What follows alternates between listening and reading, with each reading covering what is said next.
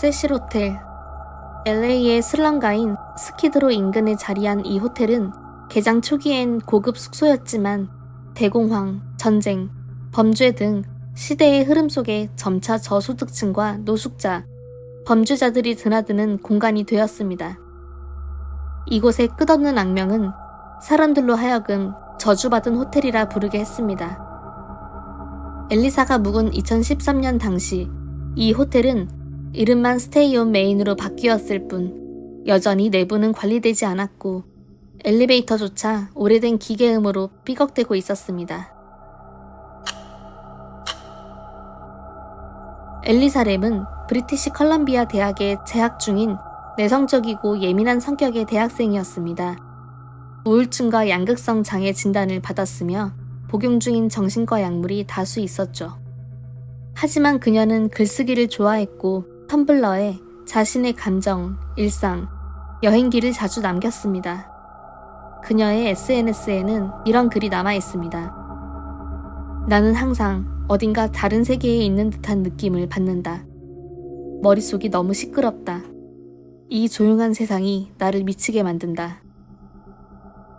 엘리사는 1월 26일에 LA에 도착해 세실 호텔에 혼자 체크인했습니다. 그녀는 종종 프런트 직원과 가벼운 대화를 나눴고 주변 관광지를 혼자 방문하는 등 겉보기엔 아무 이상 없는 여행자였습니다. 하지만 1월 30일 저녁을 마지막으로 모든 연락이 두절됩니다. LAPD는 수사를 시작하게 되죠. 수사 초기, 경찰은 호텔 투숙 기록과 CCTV를 확인했습니다. 그러나 객실이 700개에 이르는 대형 건물에서 단서를 찾는 일은 간단치 않았습니다. LAPD는 형사 14명을 동원해 수색을 진행했지만 어떤 객실에도 어떤 출입구에도 엘리사의 흔적은 없었습니다. 결국 확보한 하나의 CCTV 영상.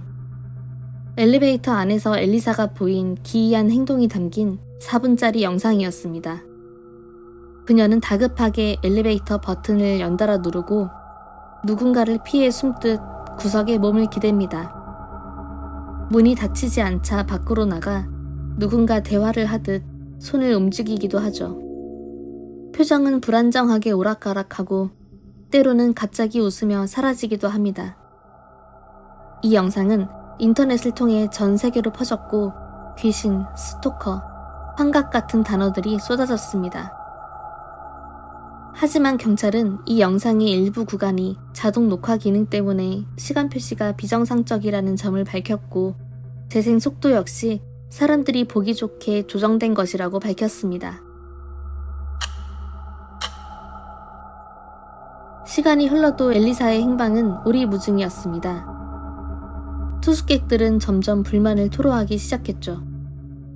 수돗물이 이상한 맛이 납니다. 물이 잘 나오지 않아요. 호텔 직원은 옥상의 물탱크를 확인하게 됩니다.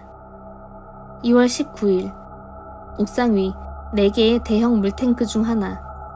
뚜껑이 열린 채로 그 안에 엘리사 램의 시신이 떠 있었습니다. 그녀는 나체 상태였고 입었던 옷은 바닥에 가라앉아 있었죠. 충격적인 발견이었지만 더 큰 문제는 어떻게 거기까지 올라갔는가였습니다. 옥상 출입문은 잠겨 있었고 알람 시스템까지 설치돼 있었기 때문입니다.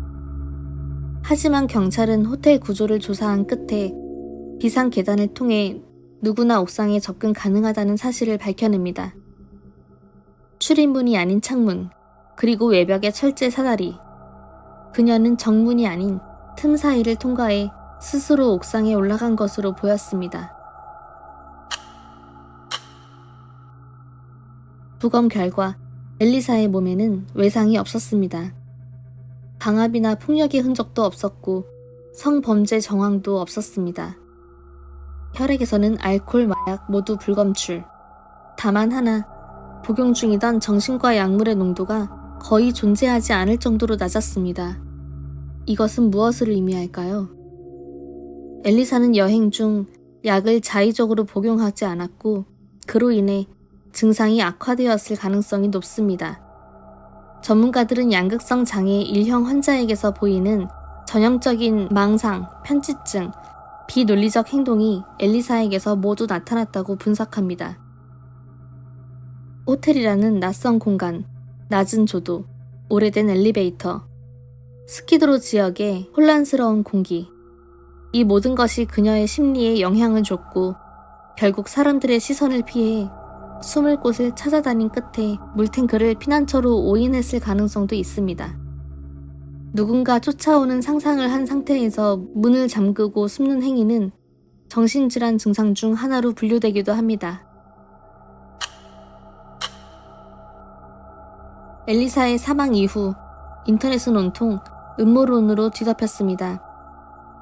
누군가는 CCTV 영상의 속도가 이상하다고 주장했고 누군가는 그녀의 손짓이 비밀 암호라고 해석했습니다. 심지어는 무명의 뮤지션을 범인으로 지목하고 사이버 테러를 벌이기도 했습니다. 그 뮤지션은 결국 정신적으로 피폐해져 SNS 계정을 모두 삭제하고 사건을 입 밖에 내지 않게 되었습니다. 세상은 해석에 굶주려 있었고 팩트보다는 상상에 몰입했습니다. 하지만 경찰은 말합니다.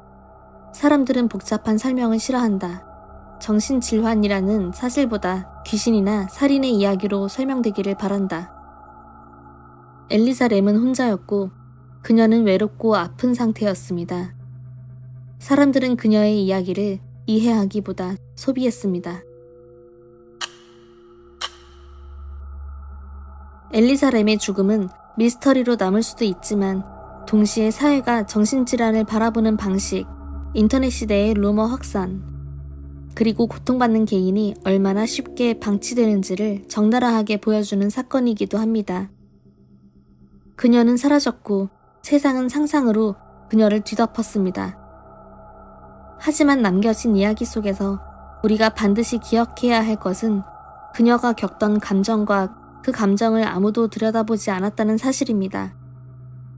그녀는 유령이 아니었습니다. 소녀였고 사람이며 마지막까지 이해받고 싶었던 한 존재였습니다.